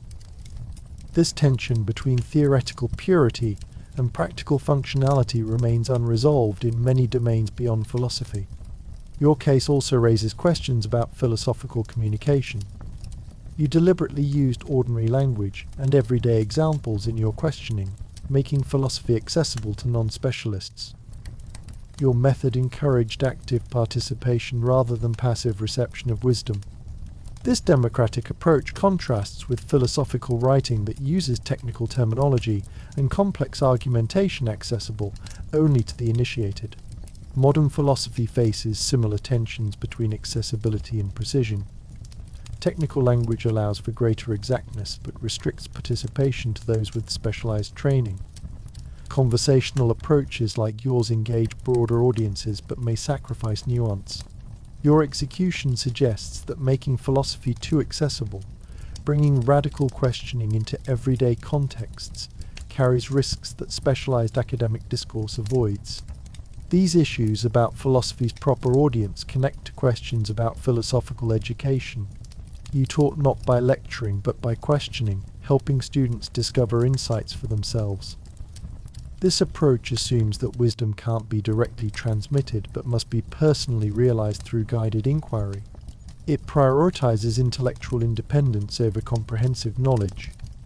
This educational philosophy directly challenges conventional approaches that emphasize transferring established knowledge from teachers to students. The Athenians saw your educational method as dangerous precisely because it taught young people to think for themselves, rather than respect traditional authorities. Modern educational systems continue to struggle with this tension between teaching established knowledge and fostering critical thinking. Your approach to philosophical education raises profound questions about the nature of learning itself. Is education primarily about acquiring information, developing skills, or cultivating a questioning mindset? Should students be encouraged to challenge fundamental assumptions or master existing knowledge before attempting critique? Does true understanding require personal discovery through questioning, or can it be effectively transmitted from teacher to student? Different educational traditions answer these questions differently, with some emphasizing authority in transmission, others questioning in discovery. Your execution represents the extreme consequences of this disagreement, Athens deciding that your approach to education was so fundamentally misguided that it justified death. This suggests that educational philosophy isn't just an abstract academic concern, but connects to society's deepest values and self-understanding. Your case also raises questions about philosophical methods. You relied on face-to-face conversation, believing that genuine philosophical understanding emerges through direct dialectical exchange. This approach contrasts with systematic written philosophy that attempts to build comprehensive theoretical structures addressing multiple interconnected questions. Your method was personal, contextual, and conversational. Systematic philosophy is impersonal, abstract, and textual. Both approaches have strengths and limitations. Your conversational method engages participants directly, adapts to their specific confusions, and models a questioning stance rather than just describing it. But it's limited to those physically present and doesn't easily build cumulative understanding across generations. Systematic written philosophy reaches broader audiences across time and space, but loses the immediate give and take of conversation, and may become disconnected from lived experience. Your execution thus marks not just the silencing of a particular philosopher, but a pivotal moment in an ongoing methodological debate. By killing you, Athens rejected not just your specific questions, but your entire approach to philosophical inquiry, questioning, conversational, and integrated with everyday life. The dominance of systematic written philosophy in subsequent Western tradition represents both development beyond your approach and the loss of something valuable. These questions about philosophical method connect to deeper issues about knowledge itself. You believed that wisdom emerges through questioning rather than positive assertion, suggesting that knowledge is more like an ongoing activity than a fixed product. This dynamic, process-oriented understanding of knowledge contrasts with approaches that aim to establish stable, transmissible bodies of belief. Your execution represents Athens' rejection of this dynamic epistemology in favor of more stable traditional knowledge. And this is just how your day starts when exploring the relationship between philosophy and everyday life. It only gets worse from here. Let's look at another disturbing philosophical question your execution raises. What's the relationship between philosophy and democracy? Athens was the world's first democracy, yet this same democratic system condemned you to death for asking philosophical questions. This isn't just an unfortunate historical accident. It reveals fundamental tensions between democratic governance and philosophical questioning that continue today. Democracy operates on the assumption that collective wisdom emerges from majority decision-making. When the citizens of Athens voted to execute you, 280 to 220, they were exercising this democratic principle. The majority decided your questioning was harmful enough to warrant death. From a purely procedural perspective, your execution was democratically legitimate, It followed established rules and reflected the will of the citizen majority. But this highlights a troubling aspect of democracy. Majority rule doesn't guarantee just or wise decisions. A majority can support terrible policies, scapegoat minorities, or suppress dissent. This possibility of democratic injustice has troubled political philosophers ever since. If democratic procedures can produce unjust outcomes like executing philosophers for questioning, what does this say about democracy's moral authority? Your case suggests that democracy requires more than just majority voting. It needs substantive protections for individual rights and freedoms that even democratic majorities cannot override. Modern constitutional democracies try to address this by establishing fundamental rights that limit majority power. The freedom to ask philosophical questions, even disturbing ones, is typically included in these protected rights. Your execution might be seen as demonstrating why such protections are necessary. But this solution creates new philosophical problems. If certain rights and freedoms are placed beyond democratic decision-making, who determines which rights deserve this special status? How are conflicts between competing rights resolved? These decisions inevitably involve philosophical judgments about human nature, social goods, and political values, precisely the kind of fundamental questioning that got you in trouble in the first place. This creates a paradox. Democracy needs philosophy to establish its legitimacy and boundaries, but philosophical questioning inevitably challenges democratic assumptions and decisions. The relationship is both necessary and tense. Democracy requires philosophical examination to function well, yet resists questioning that goes too deep or challenges too much. Your trial reveals another tension between philosophy and democracy, the problem of expertise. Democracy assumes that ordinary citizens collectively can make wise decisions about public matters. Philosophy, especially your approach, questions whether people actually understand what they claim to know. When you demonstrated that Athenian citizens didn't have clear, consistent understandings of concepts like justice or virtue, you undermined confidence in their capacity for wise collective decision-making. This creates a dilemma for democracy. If citizens lack genuine understanding of basic concepts like justice, how can they make wise democratic decisions? But if only philosophical experts have legitimate knowledge about such matters, doesn't this undermine democracy's egalitarian premise? Your questioning approach threatened democracy by suggesting ordinary citizens might not be as qualified for self-governance as democratic theory assumes. Modern democracies face similar tensions between democratic equality and expert knowledge. Various domains, from medicine to economics to climate science, involve specialized knowledge that most citizens lack. Should democratic decisions defer to expert judgment in these areas? Or does this create troubling hierarchies of knowledge that undermine democratic quality? Your case anticipated these ongoing struggles between democratic decision-making and specialized expertise.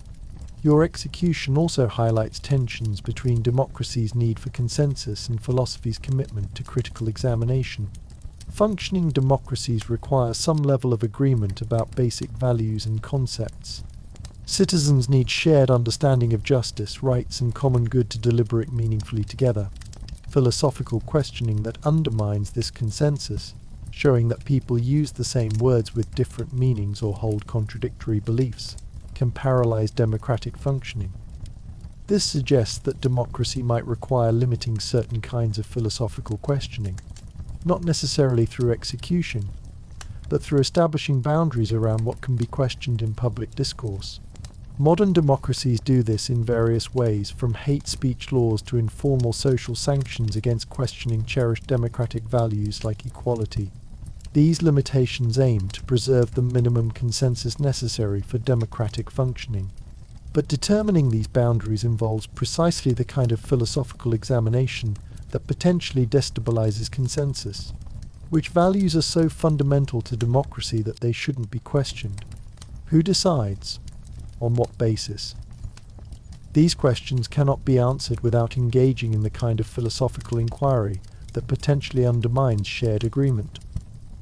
This creates another paradox. Setting legitimate boundaries for philosophical questioning requires philosophical questioning itself.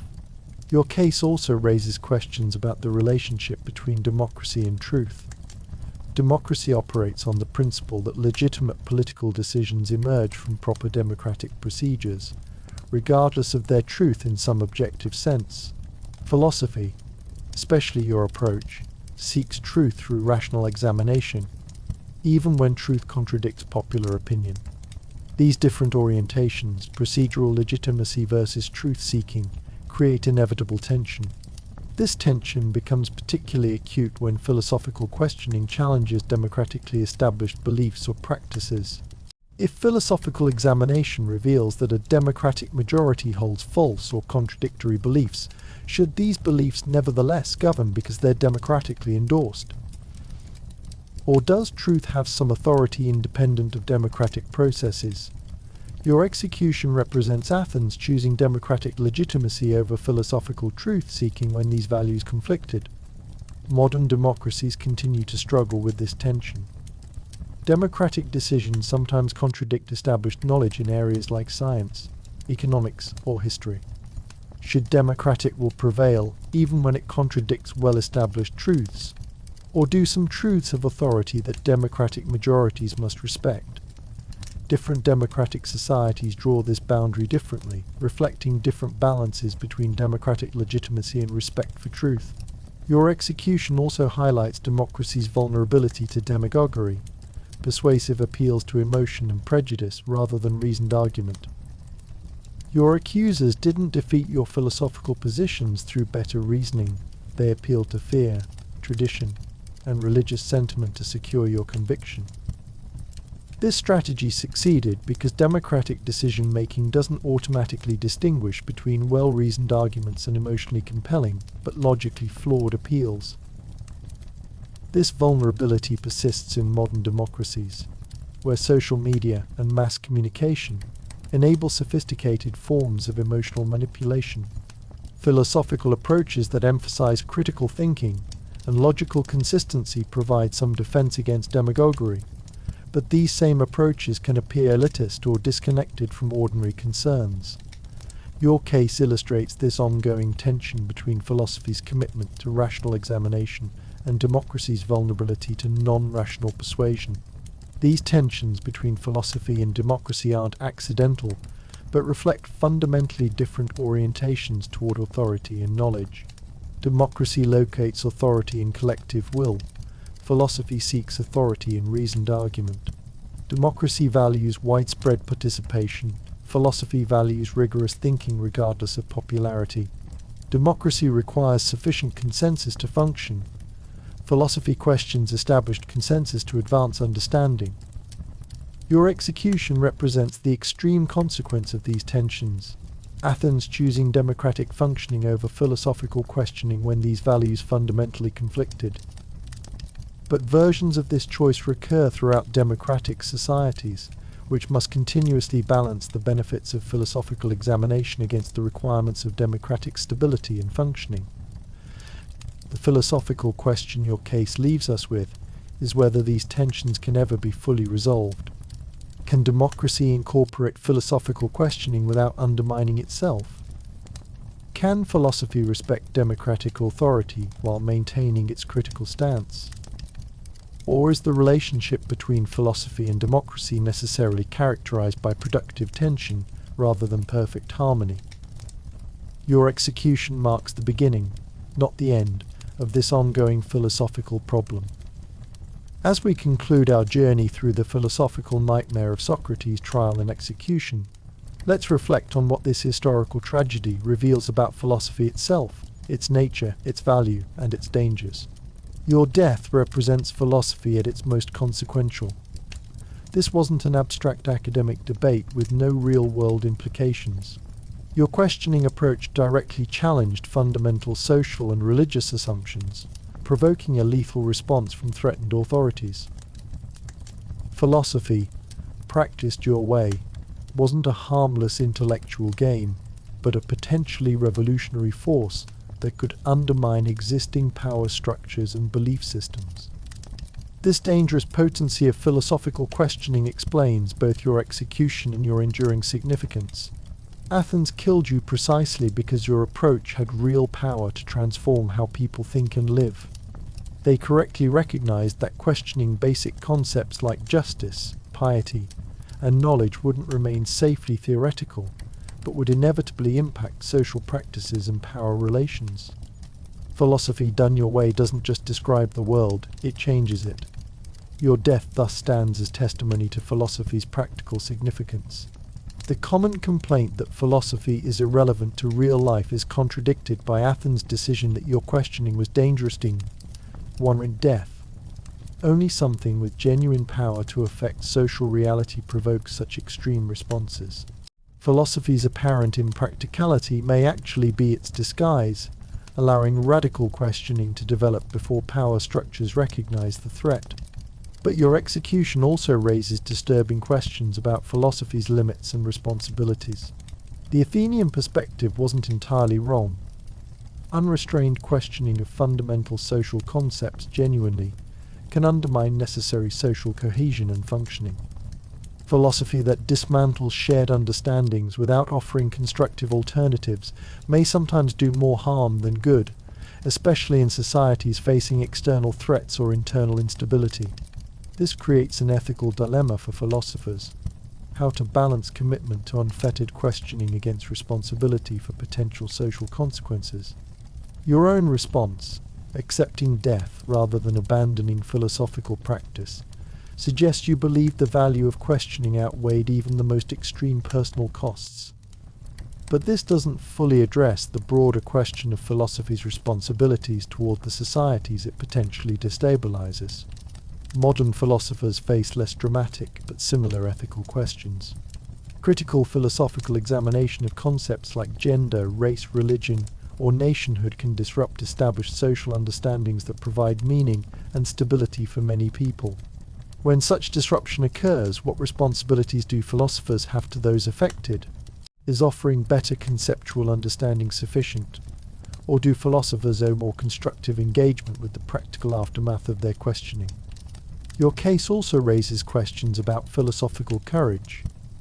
You continued questioning despite knowing the risks, then accepted death rather than abandoning your philosophical practice. This exemplifies a certain kind of courage, willingness to face extreme consequences for philosophical integrity. But should such martyrdom be celebrated or questioned? Is philosophical commitment worth dying for? Modern philosophers rarely face such stark choices, but still confront smaller decisions about when to compromise principle for practicality or safety. The aftermath of your execution reveals another philosophical insight: ideas outlast individuals. Athens killed the philosopher, but couldn't kill philosophy itself. Through your student Plato's writings, your questioning approach survived and eventually transformed Western thought far more profoundly than would have been possible had you lived out your natural life. This suggests a certain futility in attempting to silence philosophical questioning through force. Ideas, once articulated, take on lives independent of their originators. This independence of ideas from individuals raises questions about philosophical legacy and credit. We know your ideas primarily through Plato's dialogues, which may not perfectly represent your actual views. The Socrates who influenced Western philosophy is partly a literary creation, combining your historical questioning with Plato's more systematic ideas. This blurred authorship challenges assumptions about philosophical originality and ownership. Perhaps philosophical development always involves such collaborative creation across generation. Your execution also highlights philosophy's dependence on social conditions that allow questioning to occur. Athens, despite executing you, had created the social space where philosophical questioning could develop in the first place. Less open societies might have silenced you earlier or prevented your questioning approach from developing at all. This suggests that philosophy requires certain social preconditions, including some tolerance for questioning established beliefs and freedom to engage in public dialogue. This dependence creates a paradox. Philosophy often questions the very social conditions that make philosophy possible. Your questioning challenged Athenian traditions and authorities, potentially undermining the open society that allowed your questioning to develop. Modern philosophy similarly often criticizes liberal democratic institutions, while depending on the freedoms these institutions provide. This creates tension between philosophy's critical function and its institutional requirements. Your death also reveals something important about philosophical method.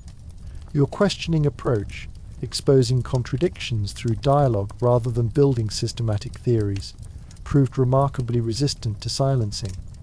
Even execution couldn't stop this method because it lives in practice rather than doctrine. Anyone can question assumed definitions and expose contradictions. No special expertise or institutional position is required. This methodological simplicity helps explain philosophy's persistence, despite repeated attempts at suppression throughout history. This persistence raises questions about what makes philosophical questioning distinctive and valuable. Why has your approach survived for millennia despite repeated opposition? Perhaps because it addresses something fundamental in human experience, our struggle to understand concepts we use constantly but can't easily define. Justice, knowledge, virtue, beauty, we organize our lives around these ideas without fully understanding what they mean. Your questioning approach acknowledges and addresses this curious gap between use and understanding. Your execution also illuminates the relationship between philosophy and mortality. You reportedly claimed that philosophy is preparation for death, learning to separate rational thought from bodily concerns and desires. Your calm acceptance of execution demonstrated this philosophical approach to mortality in practice. This raises questions about whether philosophical understanding genuinely can help humans face death more wisely, or whether this hope reflects philosophers' professional self-importance. These reflections bring us back to your famous claim that the unexamined life is not worth living. Your execution gives these words particular weight. You literally chose death over abandoning philosophical examination. This suggests a valuation of critical thinking above mere biological existence.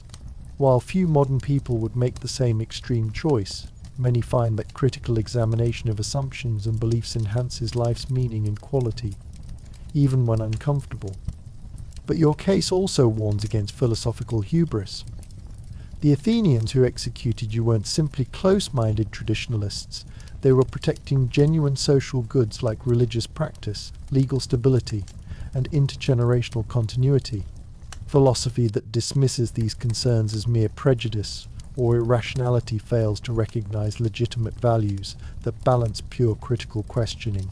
Philosophical wisdom includes knowing not just how to question, but when questioning serves human flourishing, and when it might undermine it. As you drift off to sleep, perhaps the most valuable philosophical insight from your execution is the recognition of necessary tension between questioning and stability, between critical examination and practical functioning. Human societies need both philosophical questioning to prevent stagnation and sufficient stability to function effectively.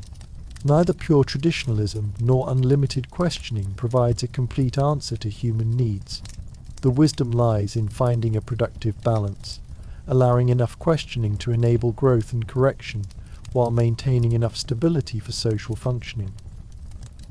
Your trial and execution represent one society's failed attempt to find this balance, choosing extreme suppression of questioning rather than accommodation and synthesis. But the philosophical tensions your case reveals remain unresolved. Modern societies continue to struggle with similar questions about the proper limits of critique, the balance between tradition and examination, and the relationship between philosophical questioning and social stability. The enduring power of your story lies precisely in its resistance to simple moral resolution. Neither uncritical celebration of your martyrdom for free inquiry, nor dismissal of Athens' legitimate concerns fully captures the complex philosophical issues at stake.